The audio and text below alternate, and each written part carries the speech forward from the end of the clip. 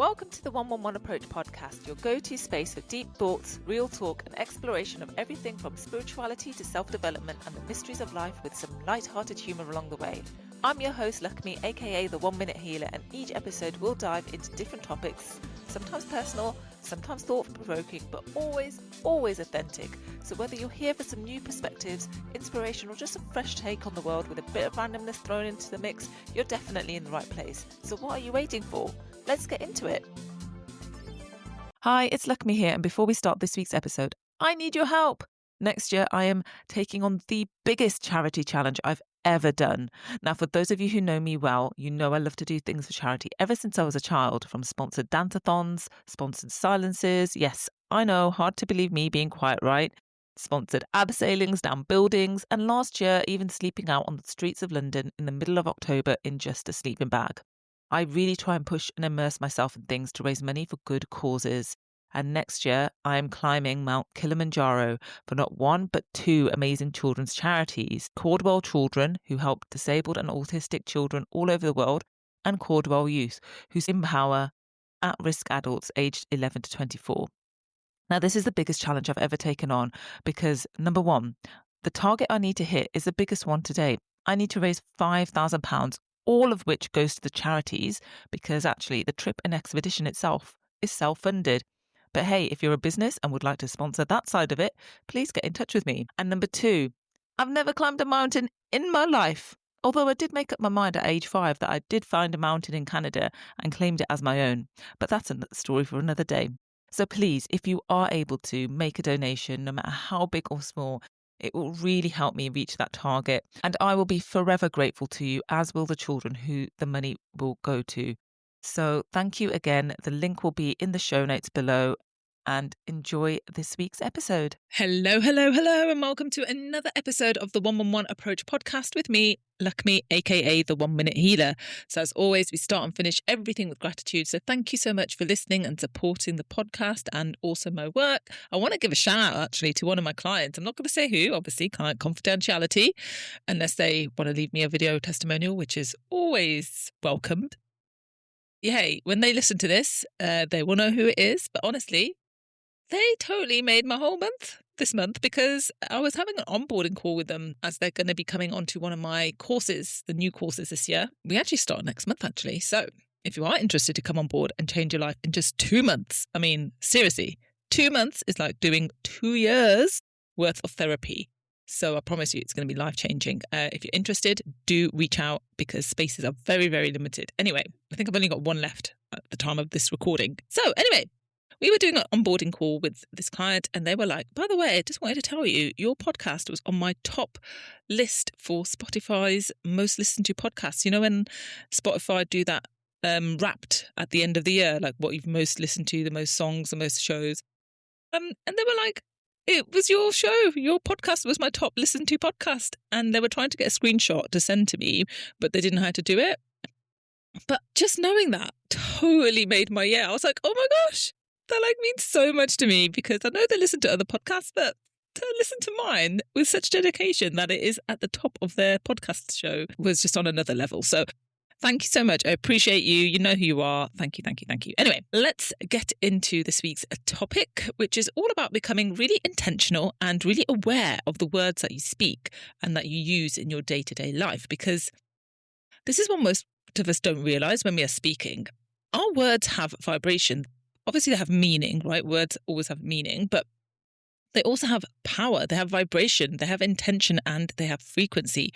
So you will know, I always have said this, and this is a well-known fact, that everything in the universe has a frequency, even things that appear solid.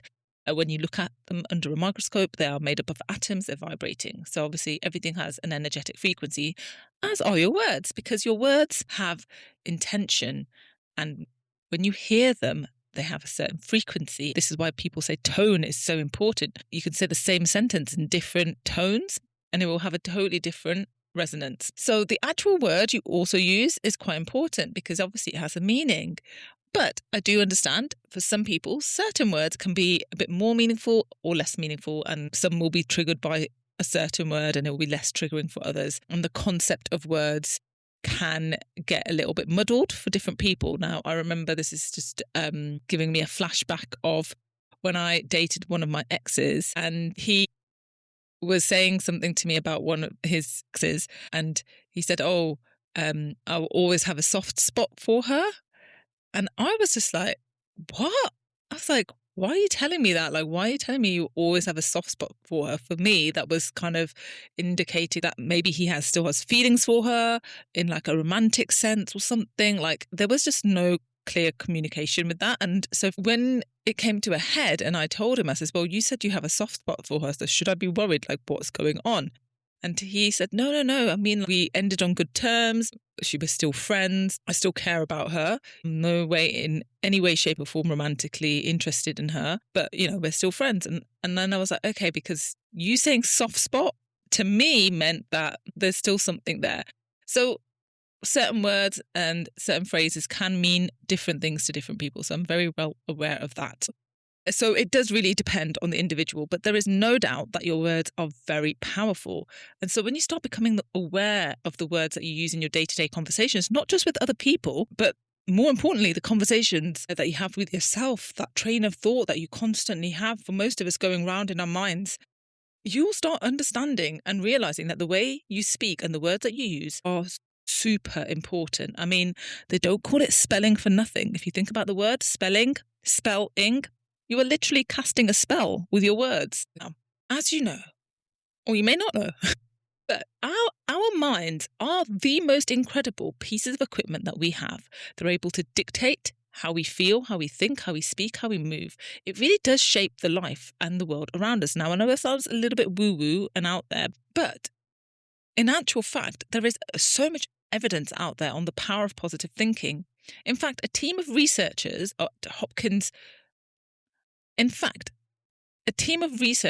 John Hopkins Institute found that people who have a family history of heart disease who had a positive outlook were a third less likely to have a heart attack than those with a more negative outlook. So it's been studied, people. The same team also found that people who are more positive are better protected against inflammatory damage, which is down to stress, basically. So your negative emotions, that negative talk, is actually weakening your immune system. And when I found that out, I was like, what? This is actually making us ill. So that's what really helped me to start becoming more aware of my thoughts, because I have negative thoughts.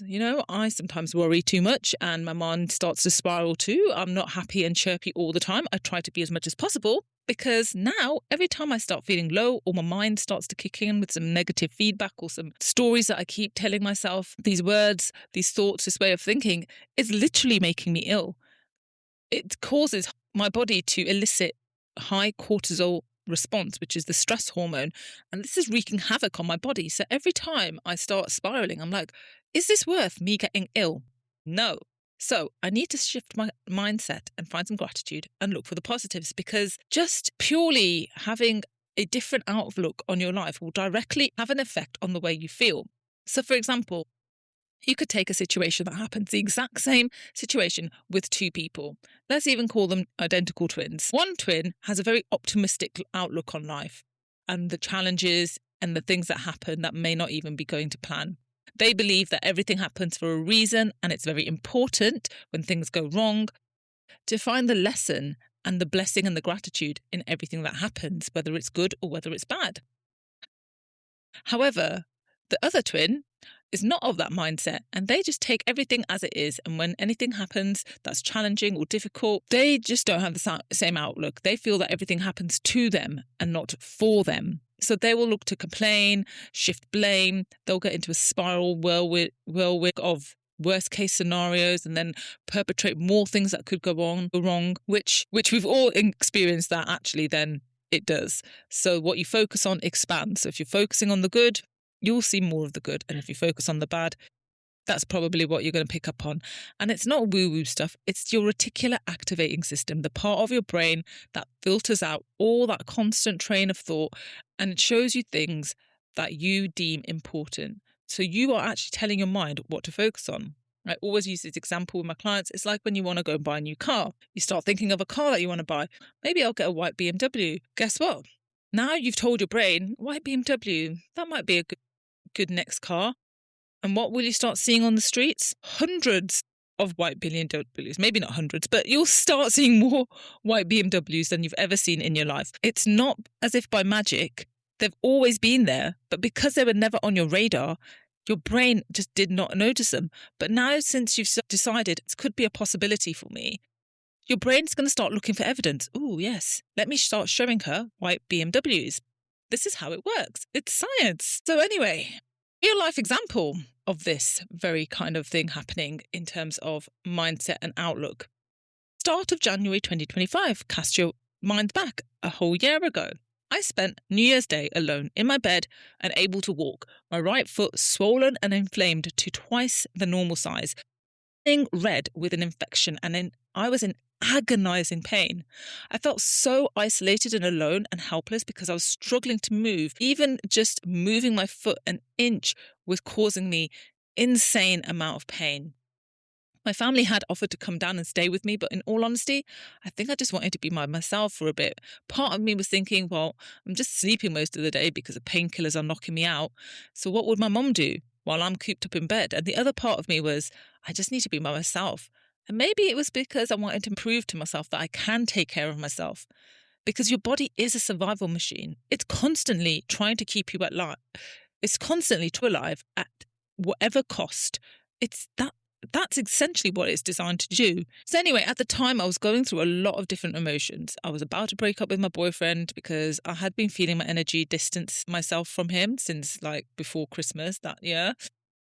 And I was also going through the motions. I was realizing I was going to be turning 40 in a month and I'd now be single.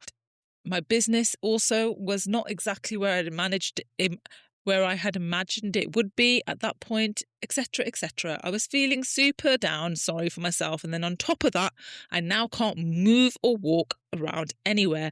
And the doctors had no idea what was causing this insane pain and inflammation in my foot. Spoiler alert, they still don't know to this day. Anyway, I could have totally let this mess up my whole outlook for the year. But you know what? I'm going to be honest, I allowed myself to feel crap for a bit. And then I started to use the techniques that I teach my clients to get myself out of this funk I was in, slowly, at my own pace. And guess what? It's not a linear journey, let me tell you. I had times when I was finally able to go back to my dad's fitness classes, even though I had to dance and work out without my shoes on.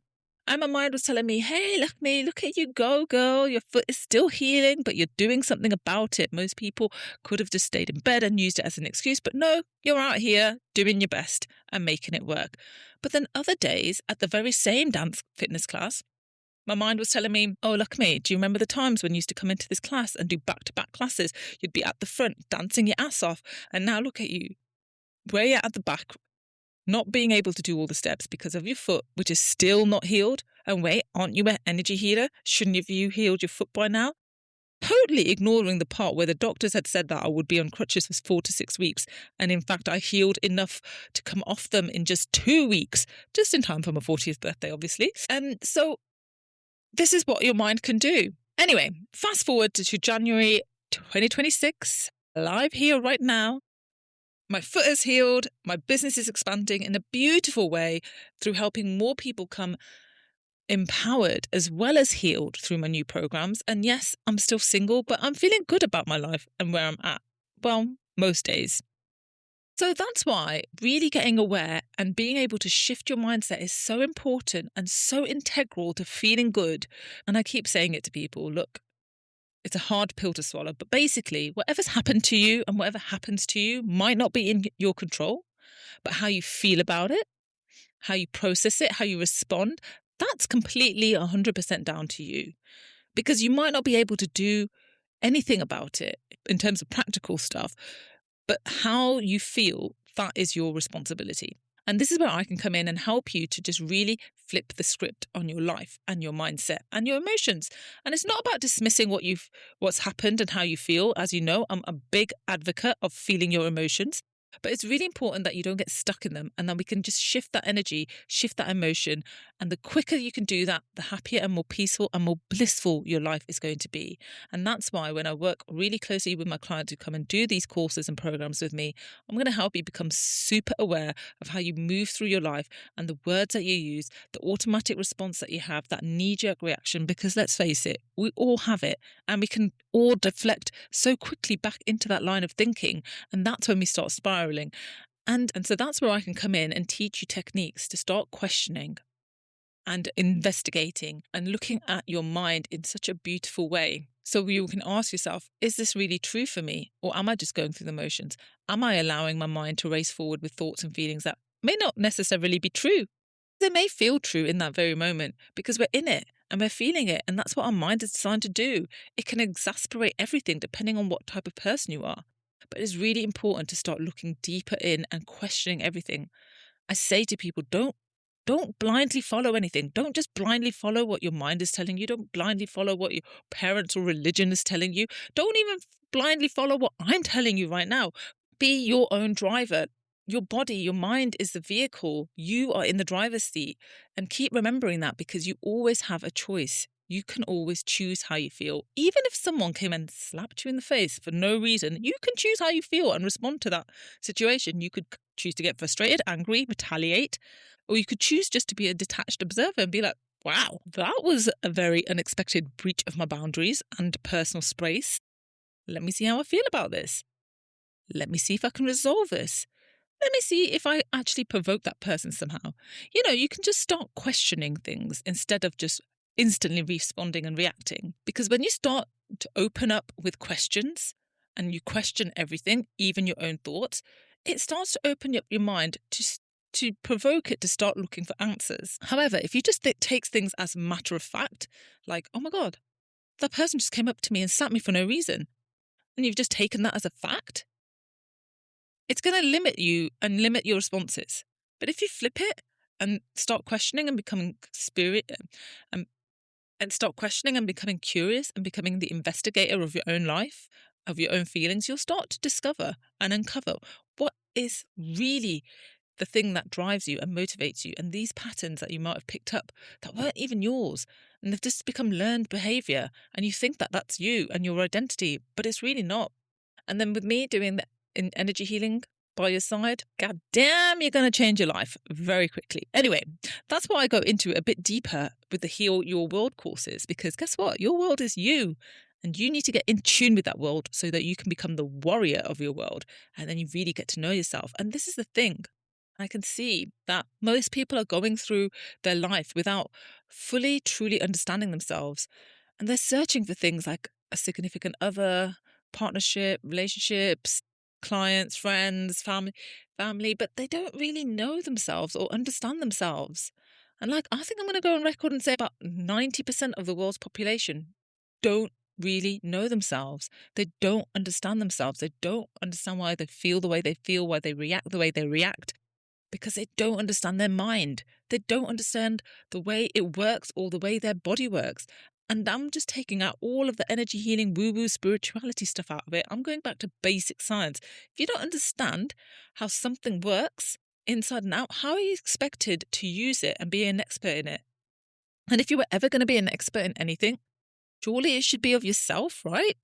Surely you'd want to understand and know yourself before you start to get to know someone else and bring someone else into your life.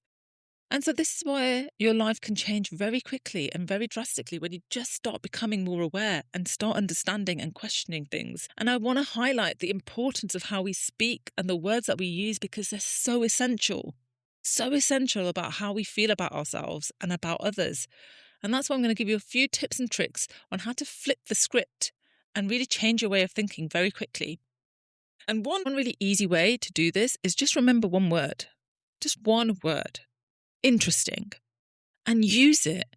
So when you start noticing your mind is telling you something, or you start feeling down or depressed or happy or hungry, just start questioning it.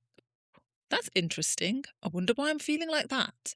And if you start doing this with just basic everyday thoughts, you'll start to become part of your routine in order to not just take everything your mind is telling you as basic fact. You will start to question it and want to understand it more. And how do you get to understand things? By asking questions. So start doing that. Question yourself. Ooh, that's really interesting. Ooh, I wonder why I feel like that. Ooh, I wonder why I'm thinking this. And I'm going to hit you with some more facts that I found because you know your girl's a scientist and you know she likes to research. So, according to the research of Dr. Fred Luskin of Stanford University, the average human being has approximately 60,000 thoughts per day. 60,000! And of those, 90% are repetitive. Can you just imagine that 90% of the things that you are thinking are just automatic and it's the same thing that you're just thinking on repeat? Crazy, right? And so that's where it can get a little bit daunting when people say, well, just become aware of your thoughts and start regulating your thoughts. With 60,000 thoughts a day, that's pretty much near impossible. Because if you started becoming super aware of every single thought you're having at every single point in the day, you will be exhausted. You wouldn't be able to function and do other things, right? So just start to become super aware of one thing, like the language that you're using. Because most of us aren't using very positive language, especially when we talk to ourselves. But I hear it so many times, myself included sometimes. It will just slip out. I'm so stupid. Oh my God, I'm so dumb. I'm so silly. And when you're saying that, never mind in your head, but out loud, it's like you're just affirming to yourself. So never mind this constant train of thought that we're having in our minds, this automatic repetitive thought process which no one can hear. Some of us start saying it out loud for the universe and other people around us to hear. It's like you're projecting it out and you're putting some sound vibrations behind these already very powerful words. And guess what? When you're saying it out loud, your subconscious and other people's subconscious are picking up on these things, and then they're going to start finding evidence for them to be true because this is how your brain works. So first and foremost, the easiest way is just to try and become aware when you start using negative language, even if it's just a throwaway comment, especially about yourself. And, you know, I'm going to be honest here. There are plenty of haters out there in the world. People who are jealous of you, people who don't wish the best for you, okay? They're probably already sending you not so great vibes. So then don't add to that already vibe of negativity coming your way from your haters and then you hating on yourself. Be your own cheerleader because no one else is going to do it for you. I mean, I might do because I used to be a cheerleader for the Birmingham Bulls and I love my clients and I will cheer them on day in, day out. But truly, the best cheerleader is you. And I know it sounds a little cringe and a bit weird and uncomfortable for a lot of people because we've been brought up in a society where self-love and self-praise is seen to be obnoxious and arrogant and she's a bit full of herself or she loves herself too much. But seriously, why wouldn't you love yourself? Why wouldn't you be saying, hey, yes, I'm so good at this and I'm pretty decent with that. And even if you're not the best at something, like, don't reinforce it. Be really aware of what you're saying. I used to say all the time, I'm so bad at maths. I'm so bad at maths. I hate it. But now, because I realise how powerful the words are, I change it. I'm not lying. I just say something like, well, you know, maths isn't my strongest suit, but I'm trying. But you can start changing the way you use words and framing it differently so that you're still being truthful because basically maths isn't my forte. But I'm not going to start saying I'm bad at maths because if I wanted to, I could probably be good at it. I'm just choosing not to because we have calculators. So anyway, I invite you to try and do that. Find one thing that you realise that you are repeatedly saying to yourself that's negative or to others about yourself and see if you can try and flip the script. If you need help with this, to how to change that, please do DM me. I'd love to help you on this. One other thing I really hear a lot of the time with my clients and even people around me in friends and family, and I used to be like this as well, but again, as I've become super aware, I've stopped throwing away this word because so many of us do it. Sorry. Sorry for bothering you. Oh, sorry, I didn't mean to disturb you. Oh, I'm so sorry, I'm late. I'm so sorry, I'm so sorry, I'm sorry. Oh my gosh, can we all stop please throwing away our sorries? Like, reserve that word for when you've actually made a genuine mistake and you need to be like, hey, messed up. I'm so sorry. Instead of, oh, sorry for bothering you. What? How do you know you're bothering someone? You could just flip it and say, hey, are you busy? Can I just disturb you for a moment? If not, no worries. I'll come back at a later time. Don't go in and firstly apologize, because subconsciously, again, you're telling that person that you've done something wrong, or you're telling them that your time is not as important as theirs. And that's just not true, because we're all here. We all have 24 hours in the day, and each one of us' time is as precious as the other. Okay. I always say this: time is the only commodity you cannot get back when it's spent, right? Money comes and goes. Health you can improve if you give yourself the right environment and the resources. But time, we all have a finite amount of time, and we don't ever know when that is going to end. So no one's time is more important than anybody else's. I just feel really strongly about that. So save your sorries, okay? That's what I'm trying to say. Save your sorries. And I'm sure there's a song. Isn't there a song that says something like, save your sorries for another day? No, that doesn't sound right. Hang on. Oh no, I've just looked it up. It's Save Your Tears by The Weeknd. Oh my goodness, look at me. But you know what? Maybe I should do a parody song and be like, save your sorries for another day, because I truly feel you should save it when you've actually made a proper mistake. Because also, when people are so used to hearing that word come out of your mouth so often, when you want to use it in the context that it was made for, like for when you're asking for forgiveness, it doesn't have the same effect. It doesn't have the same power, because people are so used to it. And so it just becomes another throwaway comment.